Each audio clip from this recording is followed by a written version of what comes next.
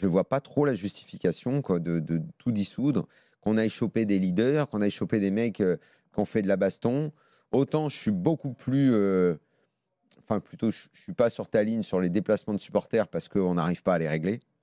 Et je suis pas pour qu'on mette une tonne de flics pour les régler parce qu'ils ont autre chose à faire, les flics. Et j'ai l'impression qu'on peut s'en passer, même si je sais que ça contrevient à une habitude et à quelque chose que les supporters aiment faire dans la vie d'un ultra. Le déplacement, c'est quelque chose d'important. Et je le sais, je connais cette culture, c'est important.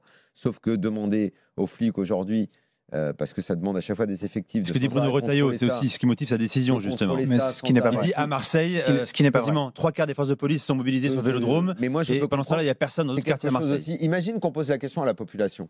C'est un service public. Le syndicat de police le dit aussi, d'ailleurs. Ok, donc les syndicats de police en ont marre de faire ça. Si on demandait à la population, est-ce que vous êtes d'accord pour que vos forces de l'ordre s'occupent de ça? Il y a beaucoup de gens qui vont dire, oh, ça va là, ils ont autre chose à faire. Il suffit de l'interdire de déplacement et personne ne va mourir. Le match, il aura lieu, l'ambiance, elle aura lieu et tout. Et il n'y aura pas le déplacement. Alors, ok, on va mettre un coup à la culture du supporterisme. Mais puisqu'on en est à gagner des petites batailles et à régler des petits trucs bout par bout, et qu'on peut-être que les déplacements de supporters, on les remette en fonction d'un système qui serait de la récompense s'il n'y a pas eu de problème dans le dernier déplacement, si ça s'est bien passé une fois ou pas une fois, machin, tout ça, et qu'on les remet et que ça revienne petit à petit. Et en revanche, que s'il y a un nouveau problème, la sanction tombe, vous ne vous déplacez plus. Enfin, qu'on essaye d'inventer quelque chose. En fait, on n'invente pas vraiment des choses là-dessus, quoi. C'est répression, on fait tomber le coup près. C'est les déplacements qui se passent le mieux, c'est ceux qui sont préparés avec l'association de supporters. C'est pas vraiment géré, Pierre. C'est ça le problème, quoi. Il n'y a, jamais de vrai interlocuteur. À la Ligue, vous avez encore des interlocuteurs, ils n'ont pas de choses à foutre à la Ligue. 99% des déplacements se passent très bien. Non, mais je te parle pas de ça, je te parle d'interlocuteurs, du dialogue. Avec qui se fait le dialogue en ce moment? Mais tu as des référents supporters, ils existent toujours les référents supporters dans les clubs. C'est le gars qui est au fond du bus, là. Non, c'est des salariés du club. Non, c'est des salariés du club qui sont accrédités par le club dans le stade. Enfin, je veux dire, ils sont pas dans les bus avec les supporters. Mais je veux revenir sur les chiffres policiers parce que c'est effectivement l'argument politique matraqué par le ministre. Et pour moi, il est fallacieux pour 3 motifs. Le premier, c'est qu'en fait, on voit que l'explosion de la hausse d'effectifs de police mobilisés sur les rencontres, elle n'est pas évidente. On mobilise pas forcément, même on en mobilise moins que dans les années 2000, par exemple. Deuxième chose, qu'est-ce qui a entraîné une nouvelle hausse? En fait, c'est à partir du Bataclan. Donc, c'est la question du terrorisme, de la lutte contre le risque terroriste lors des matchs où on met... on se souvient qu'en 2015, il y a l'attaque contre le Stade de France.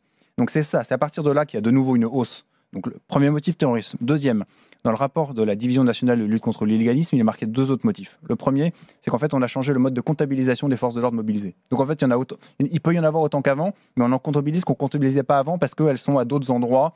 Par exemple, gérer les flux à 2 km du stade, etc. Donc, les chiffres ne sont pas fiables parce qu'on ne peut pas les comparer par rapport aux années précédentes parce qu'on a changé la manière de les compter. Et troisième point, et qui est fondamental, et la Division nationale de lutte contre l'illégalisme l'écrit à 3 fois dans son rapport noir sur blanc, on mobilise plus de forces de l'ordre en interdisant les déplacements de supporters qu'en les encadrant. Parce que quand on les encadre, on connaît les horaires, les modalités, on les reçoit, on dialogue, on sait quels sont nos interlocuteurs, on met une petite escorte avec des gendarmes devant, derrière, ils vont juste au stade, on les ressort. Une interdiction, on déploie plusieurs unités de force mobile pour la faire respecter. Et le match qui est incroyable, c'est le match Lille-Feyenoord. Lille-Feyenoord, il n'y avait que 10 km d'escorte à faire entre la frontière belge et le stade. Escorte que proposait de faire le club de Feyenoord, la police de Feyenoord. Et donc, il y avait absolument qu'un travail à faire pour aller jusqu'au parking isolé du stade de Lille pour les supporters de Feyenoord, contrôlés par la police avant de monter dans les bus et interdiction pour les bus de s'arrêter entre Rotterdam et Lille. Et donc, au lieu d'encadrer 40 autocars sur 10 km en France, ce qui n'aurait rien coûté, quelques forces de l'ordre, on a pendant 3 jours, on a bloqué tous les accès terrestres, portuaires, routiers, aéroportuaires et ferroviaires d'accès à Lille. On a fait plusieurs centaines de contrôles d'identité et d'interpellation. On a déployé plusieurs centaines de policiers pendant 3 jours, avec une communication toutes les 3 heures sur son site de la préfecture disant les 3 dernières heures, on a identifié ou interpellé X personnes, regardez ce qu'on a attrapé. Ils prenaient des photos, ils mettaient des photos de gobelets en plastique et de stickers aux couleurs de Rotterdam en disant regardez fièrement ce qu'on a intercepté. Donc ils ont déployé pendant 3 jours, en cumulé peut-être 3 ou 4 000 policiers, alors qu'ils en avaient besoin de 10 pour encadrer les autocars. parce qu'il y avait peut-être un risque à accueillir des supporters de Feyenoord ce soir-là au Stade Pierre-Mauroy. Tu peux pas parce que là, diminuer l'action et tout. Ils se sont déplacés 7 fois en Coupe d'Europe cette année, Feyenoord. Il n'y a eu aucun incident à 3000 supporters dans les 6 autres pays. Et Pierre, tu te rends compte le nombre d'incidents qu'on a eu sur la dernière année, la finale de la Coupe de France, le bus, les histoires de bus Paris-Lyon, en revenant pas sur Montpellier, Saint-Etienne là, Marseille, enfin.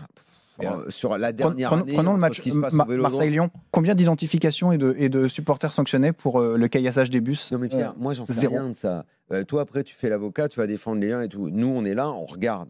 Ce qu'on voit depuis un an, c'est dramatique. Le grand public, le détail d'eux, ils ont chopé des gobelets, ils ont chopé ceci, ils ont chopé cela, ils font pas bien leur boulot ou j'en sais rien, qui fait pas bien le boulot. Il y a aussi des humains en face, ces êtres humains qui vont bloquer un bus à un péage. Qui vont mettre le feu là ou là. Et bah tu les chopes, tu les mets devant la justice et après ils sont interdits. Il ne se passera jamais rien. Mais si. Ah ouais, j'ai pas l'impression que c'est assez. Mais qu'on essaye déjà de le faire. Parce qu'aujourd'hui on prend que des mesures collectives parce qu'on a la paresse d'aller prendre des mesures individuelles.